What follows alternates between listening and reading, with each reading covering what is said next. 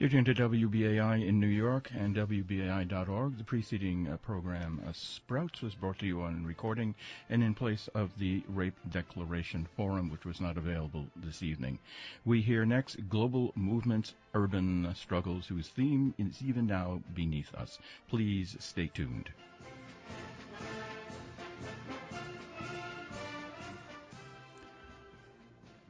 Good evening. This is Adam Carroll from the Muslim Progressive Traditionalist Alliance and also a member of the New York State Interfaith Network for Immigration Reform, and that is John Philip Sousa, Hands Across the Water. Republican Congressman from Iowa, Steve King, suggested that the mere possibility that a Saudi national might be involved in the Boston bombing would be reason enough to rethink immigration reform. If that's the case, then we need to take a look at the big picture. King told National Review Online, if we can't background check people that are coming from Saudi Arabia, how do we think we are going to background check the 11 to 20 million people who are here from who knows where? He did not mention Lu Lingzi, the Chinese graduate student killed in the blast, or Carlos Arredondo, who had been handing out American flags to runners as a tribute to his son Alexander, a Marine killed in Iraq, and whose life-saving attention to a young man whose legs were destroyed by the explosion was captured on video. Moreover, in response to the bombing, New York Post has started a witch hunt, first falsely reporting a Saudi national who smells of gunpowder. Even Fox News admits this is false, and today putting the photos of two Arab-looking men on the cover that authorities say are not the men whose photos they plan and they've just released. To discuss the backlash further, we have with us Malika Rushdan MacDonald, Project Director for Boston Operations with Islamic Circle, ICNA Relief USA, a domestic faith-based social service and disaster relief organization originally from Boston. Malika brings with her a wealth of experience in community development, serving refugees from Iraq, Somalia, and Bhutan who have resettled in Massachusetts during a difficult economy. Recently, ICNA Relief has established halal food pantry and thrift shop, and Malika is also an artist. Welcome, Malika. Assalamu alaikum. Good evening, everyone. Wa alaikum assalam. Yeah, well, the blasts took place this week and in 3 days since. Well, what have you been doing? Well, we've really been active in many of the interfaith vigils that have been happening throughout the city. Myself personally attending a candlelight vigil on Boston Common with my fellow Bostonians, and an interfaith prayer vigil at the church just blocks away from where the attacks took place. I think the community here is really embracing the opportunity to come together and heal while also supporting law enforcement agencies in their investigation. The Muslim community in particular, I think, is, along with our fellow Bostonians, condemning the attacks that took place and really seeing how we can be a part of the healing process.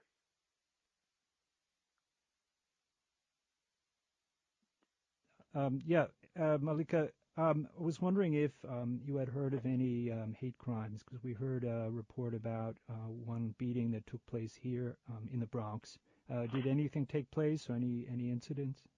Yes, we had one Muslim woman of Palestinian descent was walking her young child and pushing him in a stroller, and was attacked by a Caucasian male here in Malden, Massachusetts.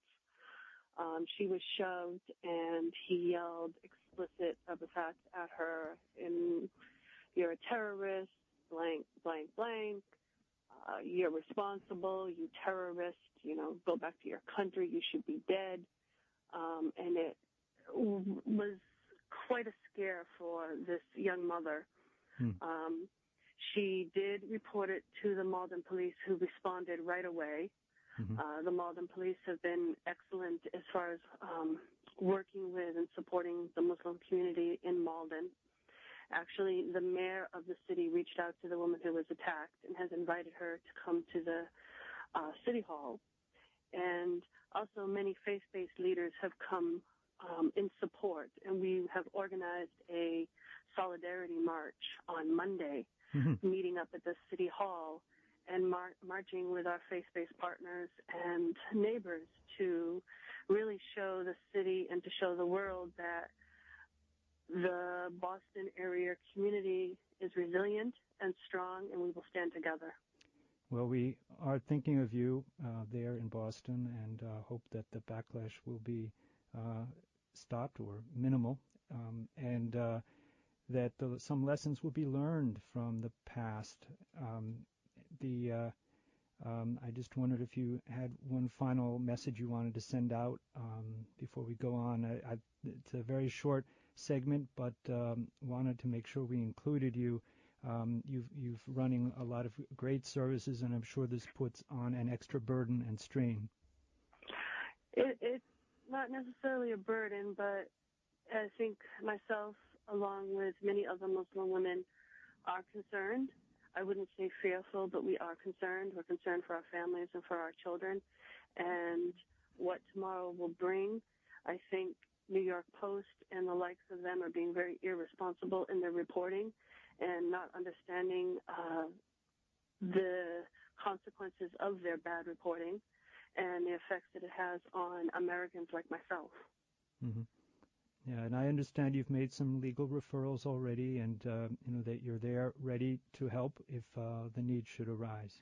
Yes, we're encouraging everyone to come forward and report any incident, no matter how big or small, and make sure that we have these documented and reported to the proper officials.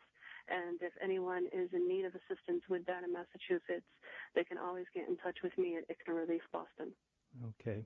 Well, thank you very much, Malika.